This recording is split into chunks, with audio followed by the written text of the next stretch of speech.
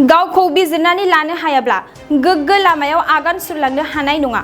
बे बाथ्राखौ बुंदों BKWSनि गाहाय मावफुं सोद्रोमा मिहिनेश्वर बसुमतारी बिथाङा। धेमाजि जिल्ला गेजेर जनाय दखरा सियालमारि गेलेग्रा फोथाराव 7 आरो 8 मे खालारखालि खुंगा 15थि रंजालि बैसागु फोरबो फालिनाया दिनैनिफ्राय जागायनानै सोलिगासिनो दं। बे फोरबो फालिनाय हाबाफारिनिनो दिनै गेवलां मेलाव बर' कछारी गाव हायुङारि खुंथायनि गाहाय मावफुं सोद्रोमा मिहिनेश्वर बसुमतारी बिथाङा बाहागो लानानै खौरांगिरिनि सिगाङाव माखासे बेसेन गोनां बिबुंथि होयो। बेजों लोगोसे धेमाजि जिल्ला दुलाराय बर' फरायसा आफादनि बोसोनगिरि शिबराम बसुमतारी बिथाङाबो माखासे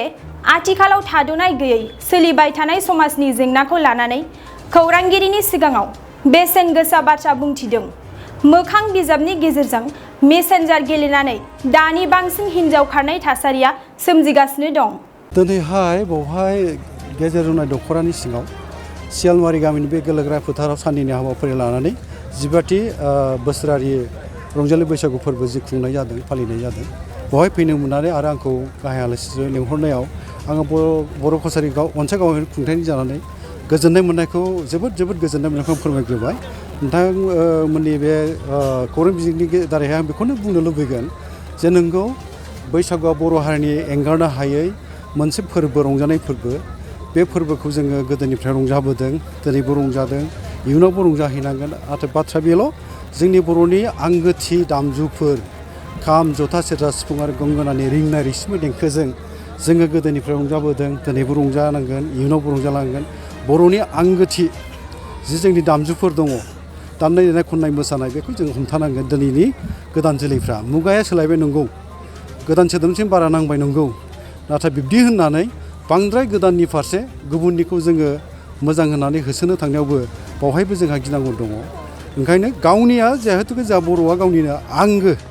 गावनि सिनायथि थाखाबाय, दामनाय देनाय थाखाबाय, रंजानाय बाजानाय खननाय मोसानाय दंखाखायो जोंहा, बेखौ जोङो हमथाना लाखिनानै रंजालांबाय थानांगौल'। आं सानदों दिनैनि गोदान जोलैफ्रा मोनसे समावहाय जों दिनै मोनसे समाव नंगौ बर'फ्रा गामियाव बैसागु रंजादोंमोन, न'खर रंजादोंमोन, बेखौ दिनै जौस्राङाव लाबोनाय जाबाय। जौस्राङाव लाबोनायनि थांखिबो थाबाय। बर'नि माहारियारि आफादफोर नाजागासिनो दं। बड'फा उपेन्द्र ब्रह्मआ जोंनो जि मोनसे गोग्गो मोन्थोर होलांदों बर' हारिखौ बुहुमाव मोनसे गेरेमसा जौगासार हारि जानाय बाथ्रा, बेफोरखौ जोङो दिनैहाय गोरबोआव फोनांनानै लानानै दिनैनि गोदान मुगायावहाय जोंनि गोदान जोलैफ्रा गोदान मोनसे सदबांसा लानानै जोंनि हारिमुखौ फोथांनाय लाखिनायनि हाबाखौथ' जों मावलांनांगोन, बयबो मावथिनांगोन। आरो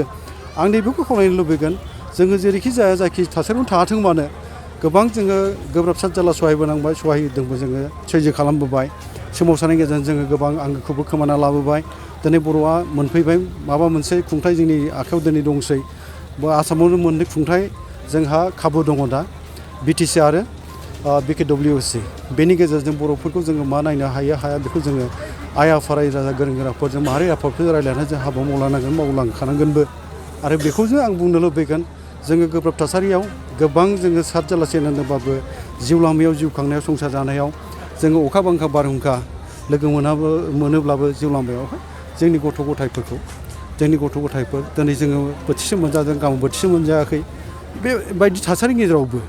जोंनि गथ' गथायफोरखौ, इयुन जोलैफोरखौ जोङो लेखा गोरों खालामनो नाजालांनांगोन। हाबा मावनांगोन जोङो आबादनि फोथाराव, गेलेनाय समाव गेलेनांगोन जोङो, रंजानाय समाव जों आबादनि फोथाराव, गेलेनाय समाव गेलेनांगोन जोङो, रंजानाय समाव जों रंजानांगोन। बिदिनो जोङो आबाद मावनाय समाव आबाद मावनांगोन, आबाद फोथारावहाय बे मिजिं,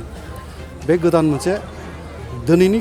थासारियाव, गोब्राब अलखद बुब्लिनि थासारियाव जों बयबो साग्रिद जानांखासिगौ, जों बयबो सांग्रां जानांगोन। आरो जोंनि हारिखौ गोजौआव दैखांनानै लांनांगौनि बा बुहुमाव मोनसे गेरेमसा हारि दानायनि जि मोनसे बिबान, बेखौ बयबो नों आं जोङो खौसेयै गोरोबलायनायनि गेजेरजों आखाइ हमलायनाय ज' आइ आफा बिदा फंबाय जोङो हाबा मावलाङोबा सानसे समाव बुहुम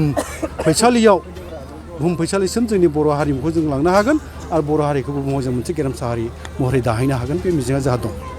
जों नुबाय थायो जे बेयो जुदि बुंनांगोन बे बाथ्राखौ, थारैनो जोंनि थाखाय बियो साननो गोनां बाथ्रा। आरो बे गोरोन्थिजों जोङो जोंनि इयुन मोनसे जि थासारिफोर बा जोंनि इयुननि लामा, जोङो बिब्दिजों जोङो समखौ बाबेन होबाय थानो हानाय नङा। जोङो जोंनि इयुन जोलैफोरखौ जोंनि हारिनि जि मोनसे सानस्रिफोर, बड'फा होलांनाय सानस्रिफोर, बेखौ बर' हारि दानाय जि सानस्रि जोंनो होलांदों, बर' बिजोंखौ लानानै बा बर' हारिनि थाखाय जि मोनसे साननाय बर'नि थाखायनो मावलांदों बर'नि थाखायनो बियो गावखौहाय बावसोमनानै हाबा मावलांदों जेरावहाय बेखौ जों बेसेन गैयै खालामना थिग नङा आरो बर' रावनि थाखाय गोबां बर' फिसायानो जिउ बावलांनांदों हांखो नागिरनायाव जिउ बावलांनांदों बर' हारिनि थाखाय रैखाथि थामोनथाखौ नागिरनानै गोबां रोजा रोजा बर'फ्रा जिउ बावलांनांबाय बेखौ जों बावनाया थिग नङा ओंखायनो जों जेराव बर'नि मुं मुस्रि लानानै जों जोनोम जादों बेखायनो जोंनि सानस्रिफ्रा जोंनि मावनो लानायफ्रा जोंनि थांखि जोंनि हाबाफारिफ्रा बर' हारिनि थाखायनो जानांगौ आरो बर' हारिखौ गेरेमसा हारि दानो थाखाय जानांगौ दा बिजोंनि बाथ्राखौ बुंनो थाङोबा जोङो बबेबा मोनसे समाव माबा मोनसे गोरोन्थि साननाय फैदोंमोन जानांगौ दिनैनि समाव बेखौ बे रोखोमै साननो थाखाय जोङो बिब्दि गोरोन्थिजों जोङो आगान सुरनो हालाथ' ओंखायनो आंनि खावलायनायाबो बे थागोन जोंनि दैदेनगिरिफ्रा बेखौ रिथिंकिं खालामनांगौ माने सानफिननांगौ सेल्फ क्रिटिसिजम खालामना नायनांगोन गावखौ बिजिरना नायनांगोन गाव बिजिरफिननाय गैयाब्ला गोग्गो लामा जों दिहुननानै लानो हाया आरो गेबें लामा लानो जोङो आगान सुरलांबो हानाय नङा ओंखायनो रिथिंकिं आरो सेल्फ क्रिटिसिजमा गोनांथार सासे मानसिनाव बे थानांगौ अब्लानो जोङो बहा गोरोन्थि जाबोदों बेखौ जों बिजिरना लानो हायो आरो गेबें लामा लानानै जों आगान सुरलांफिननो हायो आंनि खावलायनाय बे थागोन बर' बिमानि माने बुहुमाव गावनि बिमानि रावनिफ्राय गोदैसिन जेबो राव थानो हाया ओंखायनो दिनैहाय निउ एजुकेसन पलिसि बेनि दारैबो गावनि बिमानि रावजों सोलोंथाइ लानाया बियो लाथारनांगौनि मोनसे भारत सोरखारा खान्थि खाना होबाय मानगोनां नरेन्द्र मदिनि दैदेननाय भारत सोरखार आरो बुंनो थाङोबा आसामाव डक्टर हिमन्त बिश्व शर्मानि दैदेननाय जि सरखार बे सरखारा दिनैहाय मोनफ्रोमबो उन्दै गिदिर बुंनो थाङोबा मोनफ्रोमबो हारिफोरनि थाखाय हारि हारिसाफोरनि थाखाय बिसोरनि रैखाथिनि थाखाय बिसोरनि राव थुनलाइनि थाखाय बाथ्रा सानगासिनो दं मावनो नाजागासिनो दं बे जोंनि थाखाय बे सरखारा दिनैहाय मोनफ्रोमबो उन्दै गिदिर बुंनो थाङोबा मोनफ्रोमबो हारिफोरनि थाखाय हारि हारिसाफोरनि थाखाय बिसोरनि रैखाथिनि थाखाय बिसोरनि राव थुनलाइनि थाखाय बाथ्रा सानगासिनो दं मावनो नाजागासिनो दं बे जोंनि थाखाय गोजोनथाव बाथ्रा नाथाय जों सांग्रां जानांगोन साग्रिद जानांगोन सोरनिबा गोदै गोथाव रावाव जोङो गोजावनानै जेबो जानाय नङा जोंहा जोंनिखौ हमथाना लाखिनांगोन आरो जों बयबो साग्रिद आरो सांग्रां जायोबा जोङो जायखिजाया खैफोदाव फैयाथों मानो आरो जों खौसे जायोबा जों गासिबो खैफोदखौ सौसिनानै जों सानसे समाव देरहासारनि फिरफिलाखौ उरायहैनो हागोन आरो बर' हारिखौ बुहुमाव बड'फानि जि मोनसे सिमांमोन थांखि मिजिंमोन बेखौ जों मोगथाङाव महर होनो हागोन बे जोंहा फोथायनाय दं गेजेर जरानि दख'रानि सिङाव नैबे सियालमारि गेलेग्रा फोथाराव साननैनि हाबाफारि लादों मैया आरो दिनै मोनसे बादायलायनायनि उनाव दिनै गेवलां मेल मोनसे लादों बे गेवलां मेलाव आंखौ गेवलां मेलनि बेखेवगिरि हिसाबै लिंहरदों आं बेहाय खोब गोजोननाय मोनदों बेहाय गेजेर जनाय दख'रा दुलाराय बर' फिसा आफादजों लोगोसेयैनो बर' थुनलाइ आफाद आबोब हारिमु आफाद UBPO बेसोर माहारियारि आफाद दङ जथाय बेखौ खुंनाय जादों दा जोङो बेहाय नुदों जों जिबायदि आसा खालामदोंमोन दानि इयुथ बा दानि इयुन जोलैखौ बेबायदि जों नुनो मोनाखै मानो होनब्ला दिनै जों खोनानो मोनदों बाहागो लानाया खोब खम जादों सिगांफोराव एसे मोजाङैनो दंमोन नाथाय खमायबोगासिनो दङ आरो गेजेर जरायल' नङा दिनै मोनफ्रोम दख'रानि सिङाव जि बैसागो बादायलायनाय लादों बेहाय खोब खम जालांदों बेहाय जों नुदों जे जेब्ला नाइट फांसन जायो अब्लासो जोंनि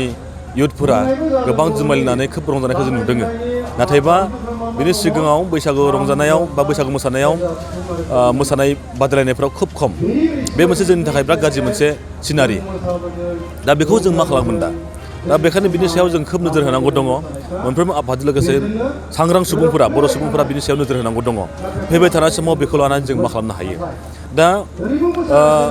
गोबां जों बेखौनो मोनसे खोथा बुंबाय थादों जों आवगोलनिफ्रायनो जे मोजां मोजां खामानियाव बेस्थ' जायाबालानो जोंनि इयुथफोरा गाज्रि गाज्रि खामानिफोरावसो दिनै बेस्थ' जागासिनो दङ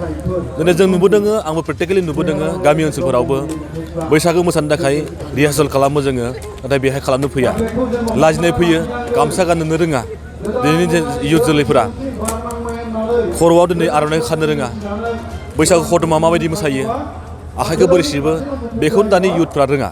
बिराद मोनसे लाजिथाव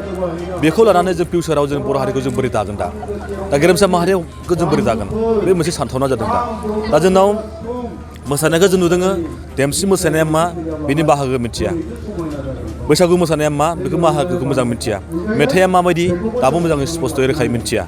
बे जाबाय जोंनि बिराद गिदिर मोनसे खहा बेखायनो जोङो मिथिगोन फोरमायनांगोन बा जों उनाव बेखौ नोजोर होनांगोन जे बैसागु मेथाइआ माबायदि जायो देमसि मेथाइआ माबायदि जायो खुगा मेथाइआ माबायदि जायो सुबुं मेथाइआ माबायदि जायो आर'ज मेथाइआ माबायदि जायो गासै बुस्थुखौ दिनै जोङो जोंनि इयुन जोलैफोरनो दिन्थिनानै होलांनो हानांगोन बेहाय जों बेसेबां मेलेमजिबिफोर सांग्रां बर' सुबुंफोर दङ बेफोरनि सायाव जोङो साननांगौ दं आरो बेखौ जोङो मोजां लामाजों लांनांगौनि गोनांथि दङ बेथ' लाजिथावबो खोथा उन्दै बैसोआव हाबा जानायाबो खमायाखै दाबो जाबाय दङ आरो बैसो जानानैबा हाबा जाखांनायनि उनावबो गोबां थांगासिनो दङ मोनसे खोथाखौ आं दिनै मोनसे बाथ्राखौ मिथिदोङो फेसबुकआव जोङो जाय हिन्जावफोरा गावनि महर मोजांखौ देलायनानै बा मोजां खालामनानै फेसबुकआव गावनि माबाखौ होयो सावगारिखौ होयो बै समाव आं नुदोङो मेसेन्जारफोराव गुबुन गुबुन सिनाय मोनि माखासे मानसिफोरा बा हौवा मानसिफोरा बै हिन्जावफोरनियाव मेसेन्जाराव बायदिसिना लिरना हरो फ्रेन्ड रिकुवेस्ट खालामो बायदिसिना लिरना हरो गाज्रि गाज्रि सावगारि हरो बायदिसिना बिदि गाज्रि नायथावै माखासे सावगारि हरो बेफोरखौ जों नुगासिनो दङ दा बेनि गेजेरजों माखासे हाबा जाखानाय हिन्जावफोराबो जाय हिन्जावफोरा दुरबल गोसोनि गावखौ हमथानो हाया बैफोर मानसिया बेहाय गोजावलाङो आरो बिदिनो बेनि गेजेरजोंनो गोबां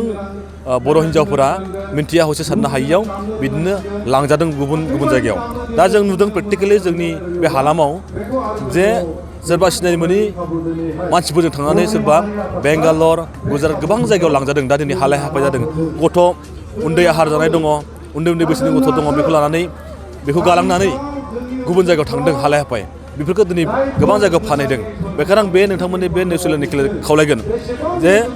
जायफोरा बिदि जानला मोनला फ्रेन्ड रिकुवेस्ट खालामनानै मेसेन्जारफ्राव वाट्सएपफ्राव बायदिसिना हरदों बेखौ ब्लक खालामना लानांगौ नङाब्ला बेनिफ्रायनो जों गोबां बिपद जानो हागौ गोबां बिपद जादोंबो आरो जाबावगोनबो बेखायनो जों खावलायगोन नोंथांमोना बिनिफ्राय बयबो सांग्रां थानाया गोनांथि दङ